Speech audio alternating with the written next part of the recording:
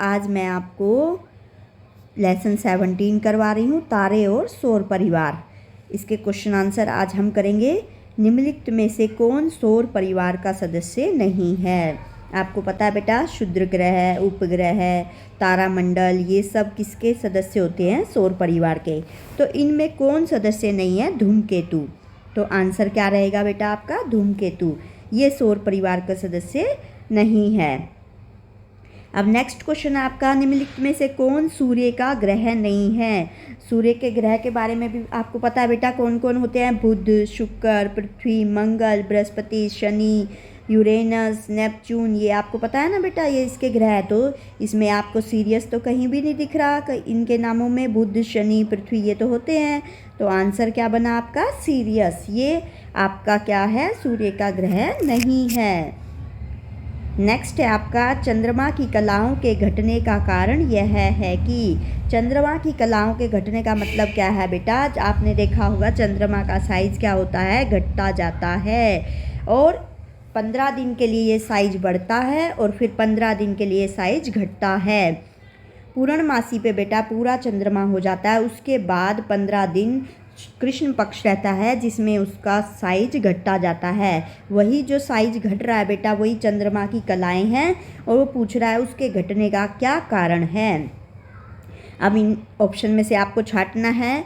इसका कारण क्या है बेटा? हम चंद्रमा का केवल वह भाग ही देख सकते हैं जो हमारी ओर प्रकाश को परावर्तित करता है।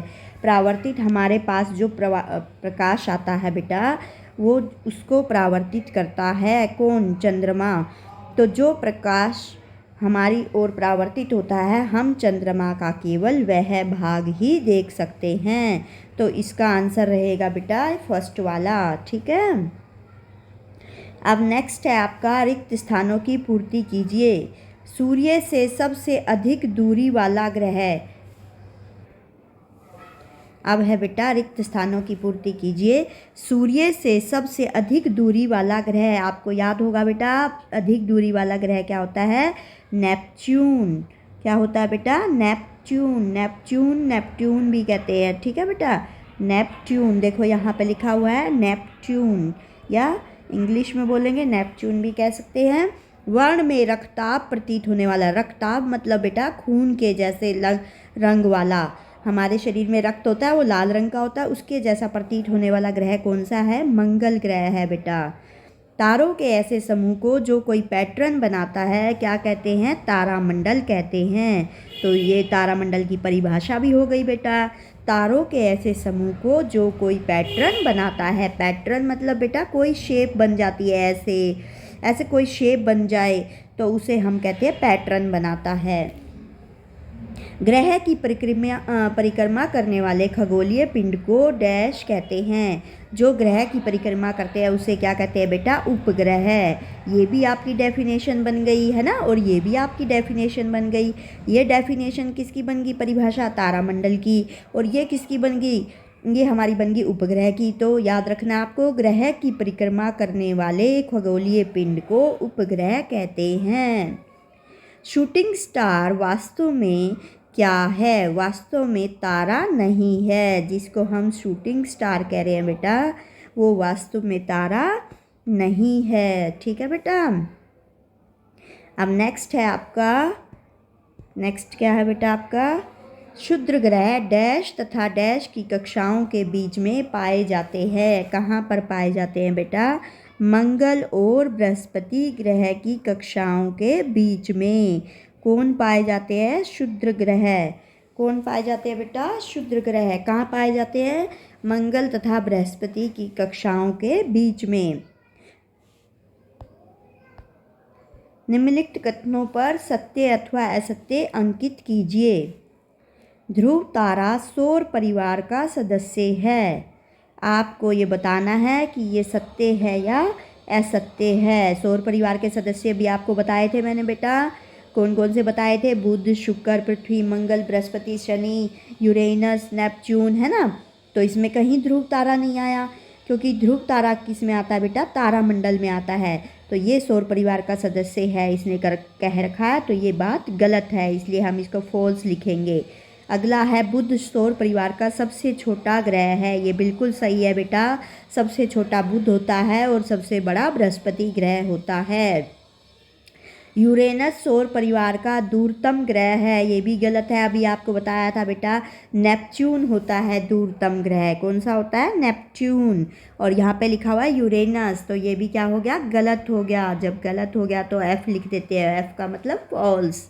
इंसेक्ट एक कृत्रिम उपग्रह है। कृत्रिम उपग्रह का बेटा है मतलब है जो मानव ने बनाए हैं, और चंद्रमा क्या है? जो प्रकृति ने हमें दिया है, उसको मानव ने, मनुष्य ने नहीं बनाया। तो इंसेक्ट एक कृत्रिम उपग्रह है, ये बिल्कुल सही है। तो ये क्या हो जाएगा? ट्रू हो जाएगा। हमारे सौर परिवार में 9 ग्रह है। नहीं बेटा, हमारे सौर परिवार में कितने ग्रह हैं? 8 ग्रह है। तो इसलिए ये बात क्या हो गई? गलत हो गई, फॉल्स लिखा जाएगा। ओरियन तारामंडल केवल दूरदर्शक द्वारा देखा जा सकता है। ये भी बात गलत है बेटा, ये क्या हो गया? एफ हो गया, एफ मीन फॉल्स। ठीक है। यदि शुक्र संध्य तारे के रूप में दिखाई दे रहा है तो आप इसे आकाश के किस भाग में पाएंगे? संध्य मतलब बेटा शाम का समय, तो ये आकाश के कौन से भाग में पाएगा? पश्चिम भाग में, क्योंकि निकलता सूर्य कहाँ से निकलता है? पूर्व दिशा से निकलता है, वो तो सुबह होता है ना। अब ये हम क्या कह रहे हैं? शुक्र संध्य तारे के रूप में, मतलब शाम को दिखाई दे रहा है, तो आकाश के किस भाग में पाएगा बेटा? पश्चिम भाग में। ठीक है, याद रखना आपको। संध्य तारे में कब हम इसको कहाँ पाएंगे? आकाश के पश्चिम भाग में। सौर परिवार के सबसे बड़े ग्रह का नाम लिखिए, बृहस्पति। और सौर परिवार के सबसे छोटे ग्रह का नाम क्या होता है बेटा? बुध। आप देख रहे हो, ये बार बार वही क्वेश्चन आ रहे हैं। सबसे बड़ा ग्रह बृहस्पति, सबसे छोटा बुध, और सबसे दूर है बेटा नेपट्यून। सबसे दूर कौन सा है? नेपट्यून। तारामंडल क्या होता है? किन्हीं 2 तारामंडलों के नाम लिखिए। तारामंडल क्या होता है बेटा? तारों के समूह जो पहचानने योग्य आकृतियां बनाते हैं और सभी तारे समूह में इकट्ठे रहते हैं, उनकी स्थिति एक दूसरे के सामने स्थिर है। तो वो क्या है? तारामंडल हैं। तारामंडल बेटा जैसे आपने देखा है, सप्तऋषि भी होता है जो 7 तारों का समूह होता है, और ओरियन भी होता है तारामंडल, और एक आपका उर्सा मेजर भी होता है तारों का समूह। उर्सा मेजर, ओरियन, और आप एक कहते हो सप्तऋषि। तो हमने यहाँ पे 2 नाम देने थे, इसलिए हमने सप्तऋषि नहीं लिखा। आपको जो अच्छा लगे वो आप 2 तारामंडल लिख सकते हैं। अब तारामंडल होता क्या बेटा? तारों का समूह जो पहचानने योग्य आकृतियां बनाते हैं, जो कोई ऐसी शेप बनाते हैं जिसको हम पहचान सके, और सभी तारे समूह में इकट्ठे रहते हैं। उनकी स्थिति एक दूसरे के सामने स्थिर होती है, मतलब वो स्थिति चेंज नहीं होती है। अब है बेटा सप्तऋषि तथा ओरियन तारामंडल के प्रमुख तारों की अपेक्षित स्थितियां दर्शाने के लिए आरेख खींचिए। मतलब इनका चित्र बनाना है आपको, कैसे ये हमें दिखाई देते हैं। तो ये है आपका सप्तऋषि तारामंडल, जिसमें 7 तारे होते हैं बेटा। ये देखो, ये ध्रुव तारा दिख रहा है आपको, और यहाँ से ये इनकी पोजीशन दिखती है, नंबर 1, 2, 3, 4, 5, 6, 7। तो ये जो आपको 7 तारे दिख रहे हैं, ध्रुव तारे से इनकी स्थिति दिखाई है हमने, और ये क्या बन गया? सप्तऋषि तारामंडल। और ये है बेटा ओरियन तारामंडल। कौन सा तारामंडल है ये? ओरियन तारामंडल है बेटा। इसमें भी देखो आपको कितने दिख रहे हैं? 7 स्टार दिख रहे हैं, 7 स्टार दिख रहे हैं। ये शेप आपने याद करनी है बेटा, ताकि आप पेपर में आए तो आप बना सके, है ना। तो करेंगे ना बेटा? खींच के देखनी है पहले अपने, इसका आरेख आपने अपनी कॉपी में खींच के देखना है। ग्रहों के अतिरिक्त सौर परिवार के अन्य 2 सदस्यों के नाम लिखिए। तो अन्य 2 सदस्यों के नाम होते हैं बेटा क्षुद्र ग्रह, उल्का, और प्राकृतिक उपग्रह। ठीक है बेटा, क्षुद्र ग्रह, उल्का और प्राकृतिक उपग्रह, ये सौर परिवार के अन्य 2 सदस्यों के नाम। आपको 3 ही लिख दिए यहाँ पे। ग्रहों के अतिरिक्त ग्रह बेटा आपको पता है 8 ग्रह होते हैं, उनके नाम मैं बार बार बोल रही हूँ। बुध, शुक्र, पृथ्वी, मंगल, बृहस्पति, शनि, यूरेनस, ठीक है, नेपच्यून। ठीक है, नेपच्यून सबसे लास्ट में बोल रहे हैं तो इसलिए सबसे दूर है। और सबसे पास कौन सा है बेटा? सबसे जो पहले बोल रहे हैं कौन सा बोल रहे हैं? बुध बोल रहे हैं, और सबसे छोटा भी यही है, और सबसे बड़ा है बृहस्पति। अब देखो बेटा, हम करेंगे क्वेश्चन नंबर 12। व्याख्या कीजिए कि सप्तऋषि की सहायता से ध्रुव तारे की स्थिति, यहाँ पर बेटा ये ध्रुव तारा है, ध्रुव तारे की स्थिति आप कैसे ज्ञात करेंगे। तो ध्रुव तारा दिख रहा है बेटा यहाँ पर, और ये क्या करना है, उर्सा मेजर, अभी आपको बताया था तारामंडल का नाम है उर्सा मेजर, आकाश में 3 घंटे बाद अपनी स्थिति बदलता है और एक स्थिर तारे के चारों तरफ परिक्रमा करता है। यह स्थिर तारा ध्रुव तारा है। क्या होता है बेटा, ये आकाश में उर्सा मेजर जो तारामंडल होता है, ये 3 घंटे बाद अपनी स्थिति बदल देता है। तो ये आपको 3 स्थितियाँ दिखाई गई है। पहले 11 बजे की दिखा रखी है, फिर 2 बजे की है बेटा, फिर 5 बजे की है। देख रहे हो आप, इसमें 3 घंटे का डिफरेंस है। और ये क्या करते हैं, एक स्थिर तारे के चारों तरफ परिक्रमा करते हैं। और ये जो तारा स्थिर होता है उसका नाम है ध्रुव तारा। ये अपनी जगह से नहीं हिलता बेटा, लेकिन जो उर्सा मेजर होता है, ये जो इसके 7 तारे होते हैं, ये अपनी पोजीशन बदलते रहते हैं। दिख रहे हैं बेटा, ये 7 दिख रहे हैं आपको, इसके जो पोजीशन है वो यहाँ दिखाई गई है। क्या आकाश में सारे तारे गति करते हैं, व्याख्या कीजिए। अब इसका आंसर है बेटा, ध्रुव तारे को छोड़कर सभी तारे पूर्व से पश्चिम की ओर गति करते प्रतीत होते हैं। ये क्वेश्चन भी आ सकता है बेटा, सभी तारे कौन सी दिशा में गति करते प्रतीत होते हैं। तो आपको याद रखना है, सभी तारे पूर्व से पश्चिम की ओर गति करते प्रतीत होते हैं। ऐसा क्यों होता है बेटा, क्योंकि पृथ्वी अपने अक्ष पर पश्चिम से पूर्व की ओर गति करती है। पृथ्वी अपने अक्ष पर कैसे गति करती है बेटा, पश्चिम से पूर्व की ओर। तो सभी तारे कैसे करते हैं, पूर्व से पश्चिम की ओर। याद रखना है, तारे पूर्व से पश्चिम की ओर, और पृथ्वी अपने अक्ष पर पश्चिम से पूर्व की ओर गति करती है। और ध्रुव तारा स्थिर है, ये अपनी पोजीशन नहीं बदलता है, क्योंकि वह पृथ्वी के अक्ष की दिशा में स्थित है। कहाँ स्थित है बेटा, यह पृथ्वी के अक्ष की दिशा में स्थित है।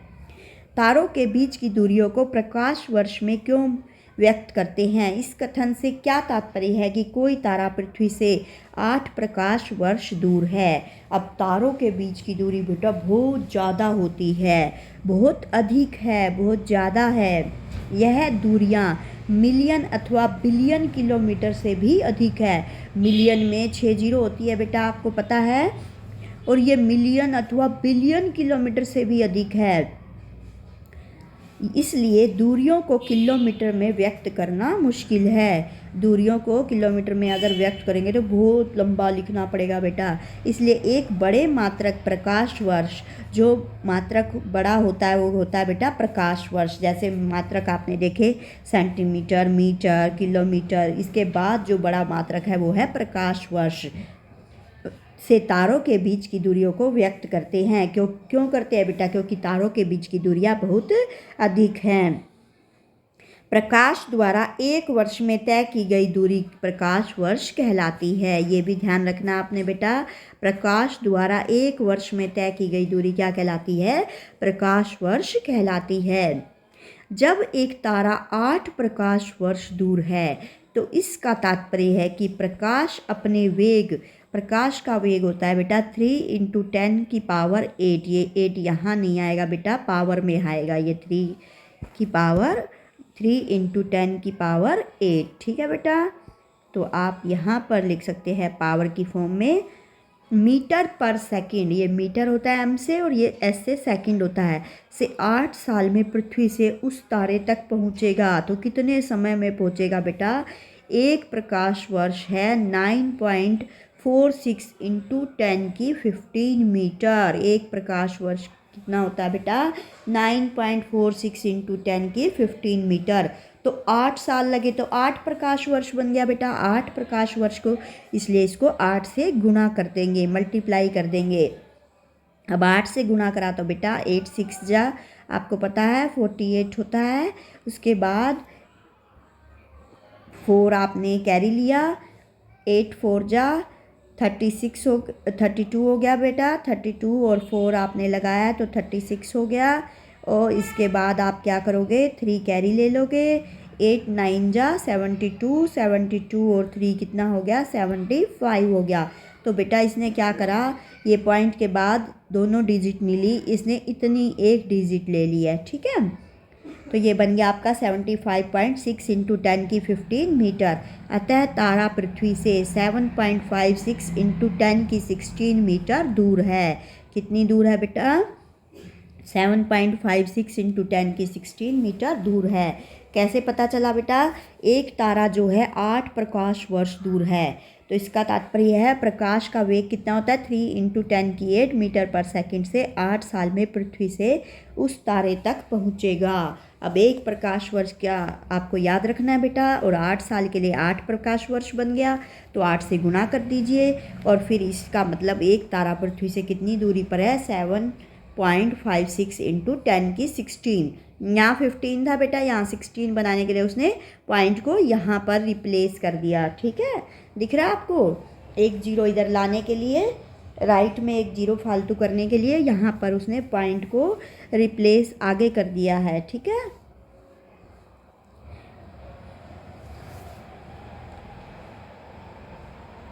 मोहम्मद ने ये बेटा यहाँ पे लिख रहा है, सौर परिवार का निम्नलिखित आरेख खींचा, क्या यह आरेख सही है? यदि नहीं तो इसे संशोधित कीजिए।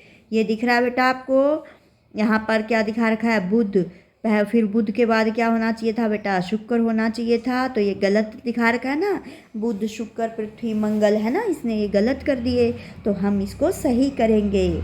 आपको बार बार बोल रही हूँ मैं, पहले बुध होता है ना, पहले बुध आएगा, फिर बुध के बाद क्या आएगा? बुध, शुक्र आएगा, बुध, शुक्र, पृथ्वी।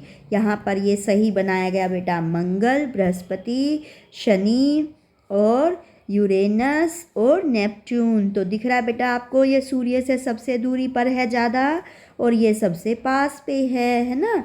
और सबसे बड़ा ग्रह आपको याद रखना है बेटा, यहाँ शेप में दिख रहा है आपको, सबसे बड़ा ग्रह है ये। तो ये बृहस्पति जो दिख रहा है वो सबसे बड़ा ग्रह दिख रहा है। और शनि के इर्द गिर्द क्या होते हैं बेटा? छल्ले नज़र आते हैं। क्या नज़र आते हैं? छल्ले। सबसे दूर आपको नेपच्यून दिख रहा है, सबसे पास जो दिख रहा है बुध दिख रहा है, सबसे बड़ा जो दिख रहा है बेटा बृहस्पति दिख रहा है। शनि के इर्द गिर्द क्या दिखते हैं बेटा? छल्ले दिखते हैं। ठीक है, तो ये है आपका सही। आप इसको बनाने की प्रैक्टिस करेंगे। आपका खाली पेपर में ये भी बनाना आ सकता है बेटा, सौरमंडल का चित्र खींचिए या आरेख खींचिए। ओके बेटा, बाय बाय। नेक्स्ट वीडियो में आपकी सुदेश मैम आपसे फिर से मिलेगी बेटा, बाय।